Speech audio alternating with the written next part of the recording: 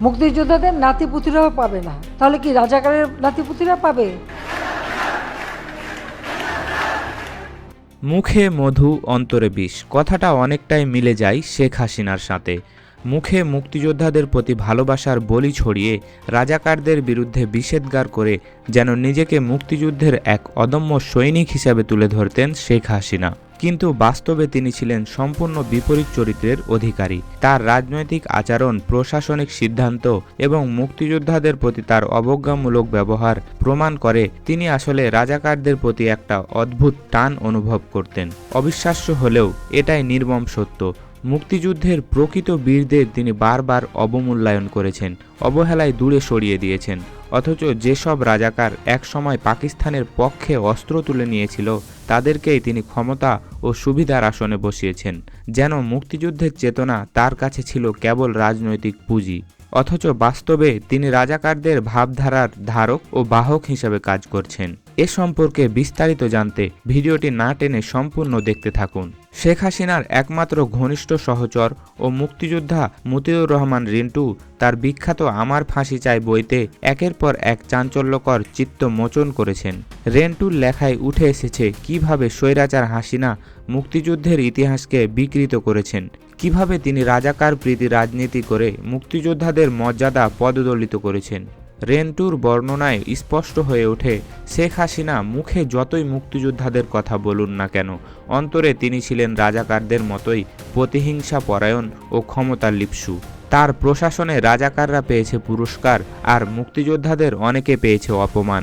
এ যেন এক ভয়ঙ্কর প্রতারণা, যেখানে মুক্তিযোদ্ধাদের নামে চলছে রাজাকারতন্ত্রের পুনর্জাগরণ। আর এর নেতৃত্বে ছিলেন স্বয়ং স্বৈরাচার হাসিনা নিজেই। শেখ হাসিনা যে রাজাকারদের প্রতি কতটা গভীর আস্থা ও নির্ভরতা পোষণ করতেন তা বোঝার জন্য কোনো রাজনৈতিক বিশ্লেষক বা ইতিহাস পাতা ঘাঁটতে হবে না। তার পারিবারিক জীবনের একটি ঘটনা নিজেই তা স্পষ্ট করে দেয়। বিষয়টি তার নিজের গর্ভজাত কন্যা পুতুলের বিয়ে ঘিরে।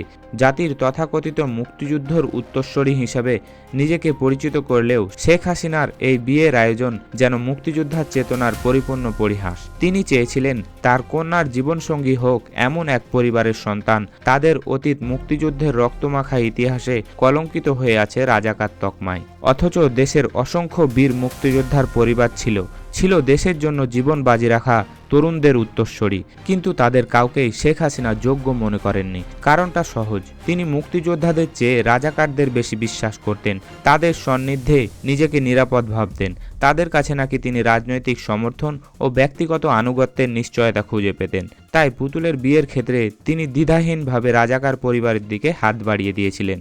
এই বিয়ের সিদ্ধান্তই প্রমাণ করে স্বৈরাচার হাসিনার মুক্তিযুদ্ধের আদর্শ ছিল কেবল মুখের বলি, আর হৃদয়ের গভীরে তিনি বহন করতেন পরাজিত শক্তির প্রতি এক অদ্ভুত সহানুভূতি। তার এই আচরণ ছিল একদিকে মুক্তিযুদ্ধের চেতনার প্রতি নির্মম বিশ্বাসঘাতকতা, অন্যদিকে রাজাকারদের পুনর্বাসনের এক নীরব প্রচেষ্টা। পুতুলের বিয়ের সেই অধ্যায় তাই শুধু পারিবারিক ঘটনা নয়, এটি ইতিহাসের এক প্রতীক যা বলে দেয় মুক্তিযুদ্ধের নাম করে রাজাকারদের প্রজন্মের সঙ্গে শেখ হাসিনার আত্মীয়তার বন্ধন গড়ে উঠেছিল, আর তাতে প্রতিফলিত হয় তার প্রকৃত মানসিকতা ও রাজনৈতিক দর্শনের আসল চেহারা। মুক্তিযোদ্ধাদের প্রতি যদি শেখ হাসিনার অন্তরে সামান্যতম শ্রদ্ধা ও ভালোবাসা থাকত, তাহলে তিনি কখনোই শহীদ জননী জাহানারা ইমামের মতো একজন অবিস্মরণীয় নারীর প্রতি অবমাননাকর মন্তব্য করতে পারতেন না। জাহানারা ইমাম ছিলেন সেই মা যিনি নিজের তরুণ পুত্র রুমিকে দেশের স্বাধীনতার জন্য উৎসর্গ করেছিলেন। তিনি ছিলেন মুক্তিযুদ্ধের চেতনার এক জীবন্ত প্রতীক, এক সাহসী কণ্ঠস্বর, যিনি রাজাকার ও যুদ্ধ অপরাধীদের বিচার দাবি করে জনমানুষে নতুন করে মুক্তিযুদ্ধের আগুন জ্বালিয়ে দিয়েছিলেন। 1992 সালের 11ই ফেব্রুয়ারি বাংলাদেশের ইতিহাসে এক তাৎপর্যপূর্ণ দিন। সেদিন জাহানারা ইমাম গঠন করেন মুক্তিযুদ্ধের চেতনা বাস্তবায়ন ও 71-এর ঘাতক দালাল নির্মূল জাতীয় সমন্বয় কমিটি। এই সংগঠনই পরবর্তীতে হয়ে ওঠে যুদ্ধ অপরাধীদের বিচারের দাবিতে এক ঐতিহাসিক আন্দোলনের ভিত্তি। গোলাম আজমকে যখন জামাতে ইসলামী পুনরায় আমির হিসাবে নিযুক্ত করে, তখন পুরো জাতি ক্ষোভে ফুঁসে ওঠে। সেই ক্ষোভকে সংগঠিত রূপ দেন জাহানারা ইমাম। আর তার নেতৃত্বে জনতা রাস্তায় নামে রাজাকার দালালদের বিচার চেয়ে। যদি শেখ হাসিনা সত্যিকার অর্থেই মুক্তিযুদ্ধের চেতনায় বিশ্বাসী হতেন তবে এই আন্দোলনে তার প্রথম সারিতে থাকার কথা ছিল। তিনি সে পথ বেছে নেননি, বরং উল্টো পথে হেঁটেছেন। তিনি জাহানারা ইমামের আন্দোলনকে অবজ্ঞা করেছেন, তার উদ্দেশ্য নিয়ে কটাক্ষ করেছেন, এমনকি তার সততা ও দেশপ্রেম নিয়েও প্রশ্ন তুলেছিলেন। শেখ হাসিনা বলেন, জাহানারা ইমাম নতুন দোকান খুলেছে, নতুন ব্যবসা ধরেছে, নেত্রী হতে চায়, জননেত্রী, মুক্তিযুদ্ধের নাম নিয়ে ব্যবসা করছে। এই বক্তব্য শুধু একটি নারীর প্রতি নয়, বরং পুরো মুক্তিযুদ্ধের আদর্শের প্রতি এক ভয়াবহ আঘাত। আরও লজ্জাজনক হলো তিনি শহীদ রুমি সম্পর্কেও কুৎসিত মন্তব্য করতে কুণ্ঠাবোধ করেননি। যে রুমি পাকিস্তানি সেনাদের বিরুদ্ধে অস্ত্র হাতে দেশের জন্য প্রাণ দিয়েছিল, তাকে নিয়ে শেখ হাসিনা বলেন, রুমি লুটপাট করতে গিয়ে নিজেদের গুলিতেই মারা গেছে। এমন নিন্দনীয় মন্তব্য শুধু নির্মম নয়, তা মুক্তিযুদ্ধের আত্মত্যাগকেও অপমানিত করে। একজন প্রকৃত মুক্তিযোদ্ধা মনস্ক নেতা কখনো এমন কথা বলতে পারেন না। এসব আচরণ স্পষ্ট করে দেয় স্বৈরাচার হাসিনা মুক্তিযুদ্ধের নাম ব্যবহার করেছেন কেবল রাজনৈতিক ফায়দা হাসিলের জন্য, কিন্তু অন্তরে তিনি কখনো এই চেতনা ধারণ করেননি। মতিউর রহমান রিন্টুর লেখা আমার ফাঁসি চাই বইয়ের 109 নম্বর পৃষ্ঠায় যে ঘটনার উল্লেখ আছে তা বাংলাদেশের রাজনৈতিক ইতিহাসের এক অন্ধকার অধ্যায় উন্মোচন করে। সেখানে তিনি লিখেছেন, শহীদ জননী জাহানারা ইমাম যখন যুদ্ধ অপরাধী গোলাম আজমকে ফাঁসির দাবিতে দেশের প্রতিটি জনপদে আন্দোলন গড়ে তুলেছিল, তখন পুরো জাতি ছিল উত্তাল। মুক্তিযুদ্ধের চেতনায় বিশ্বাসী সাধারণ মানুষ এক হয়ে দাঁড়িয়েছিল ঘাতক দালালদের বিচার নিশ্চিত করার জন্য। কিন্তু এই সময় স্বৈরাচার হাসিনা এমন ভূমিকা নেন যা ইতিহাসের কাছে ক্ষমাহীন হয়ে থাকবে। জাহানারা ইমামের নেতৃত্বে যখন ঘাতক দালাল নির্মূল আন্দোলন সর্বোচ্চ চূড়ায় পৌঁছেছে, তখন শেখ হাসিনা সেই আন্দোলনের শক্তি ও গতিকে নিজের হাতে ধ্বংস করে দেন। তিনি প্রশাসনিক ও রাজনৈতিকভাবে এমন বাধার সৃষ্টি করেন যাতে করে আন্দোলনটি ভেতরে ভেতরে ভেঙে পড়ে। মুক্তিযুদ্ধের চেতনায় বিশ্বাসী মানুষ যেখানে যুদ্ধাপরাধীদের বিচারের দাবিতে একতাবদ্ধ হচ্ছিল, সেখানে স্বৈরাচার হাসিনা ঐক্যের ভিত্তিতে আঘাত হানেন। এরপর আরও বিস্ময়ের বিষয় হলো, যার বিরুদ্ধে দেশের মানুষ রাস্তায় স্লোগান দিচ্ছিল, সেই ঘাতক গোলাম আজমের সঙ্গে স্বৈরাচার হাসিনা নিজ হাতে বৈঠক করেন। পরবর্তীতে তিনি তার নেতৃত্বাধীন দল আওয়ামী লীগের রাজনৈতিক হিসাব মেলাতে জামায়াতে ইসলামী নামে সেই রাজাকারপন্থী সংগঠনের সঙ্গে হাত মেলান। জামায়াত 1971 সালে স্বাধীনতার বিরুদ্ধে পাকিস্তানের পক্ষে অবস্থান নিয়েছিল। সেই সংগঠনের সঙ্গে রাজনৈতিক মিত্রতা গড়ে তোলেন এই স্বৈরাচার হাসিনা।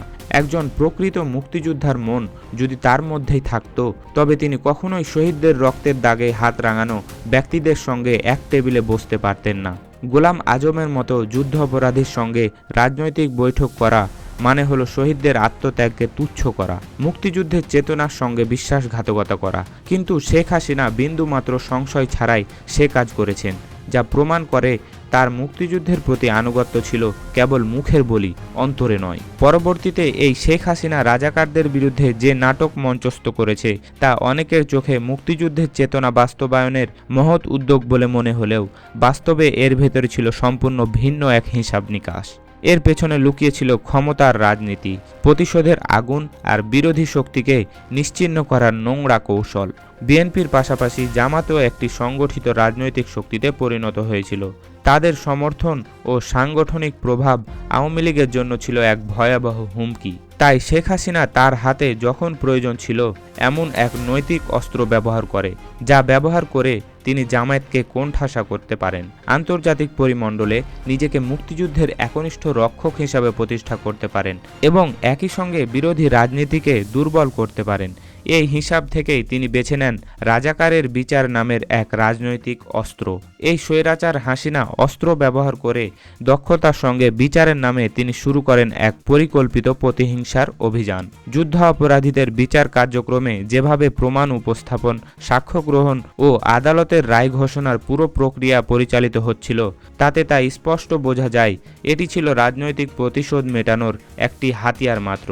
বিচারগুলোও ছিল অস্বচ্ছ, অনেক ক্ষেত্রে প্রশ্নবিদ্ধ ফলাফল ছিল আগেই নির্ধারিত।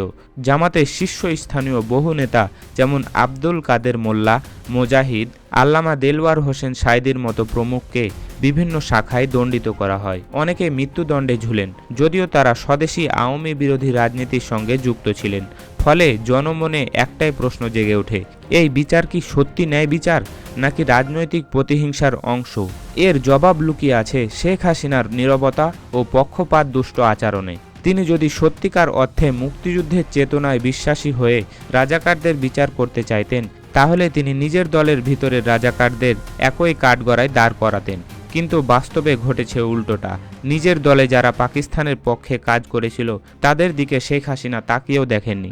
এর প্রকৃত উদাহরণ হলেন তারই দলের প্রভাবশালী নেতা মহিউদ্দিন খান আলমগীর। মুক্তিযোদ্ধা বঙ্গবীর কাদের সিদ্দিকী প্রকাশ্য অভিযোগ করেছেন, মহিউদ্দিন 1971 সালে পাকিস্তান সরকারের অধীনে এসডিও পদে দায়িত্ব পালন করেছেন, অর্থাৎ তিনি ছিলেন কার্যত পাকিস্তানের দোসর। কিন্তু শেখ হাসিনা সেই অভিযোগে তদন্ত না করে সামান্য প্রশ্নও তোলেননি, বরং তাকে মন্ত্রিত্ব পর্যন্ত দিয়েছেন। এই দ্বিমুখী নীতি প্রমাণ করে রাজাকারদের বিচার শেখ হাসিনার কাছে ছিল না কোনো নৈতিক দায়, বরং ছিল রাজনৈতিক লাভের হিসাব। তিনি সেই বিচারের মাধ্যমে মুক্তিযুদ্ধের চেতনার পতাকা তুলে ধরলেও অন্তরে তার ছিল প্রতিহিংসা ও ক্ষমতা রক্ষার কৌশল ছাড়া আর কিছুই নয়। তাই বলা যায় শেখ হাসিনার রাজাকার বিচার ছিল এক অভিনব রাজনৈতিক খেলা, যার মাধ্যমে তিনি বিরোধীদের নির্মূল করেছেন, কিন্তু প্রকৃত রাজাকারদের রক্ষা করেছেন নিজের দলেই। ভিডিওটি কেমন লাগলো অবশ্যই কমেন্ট করে জানাবেন। শেষ পর্যন্ত আমাদের সঙ্গে থাকার জন্য আপনাকে অসংখ্য ধন্যবাদ।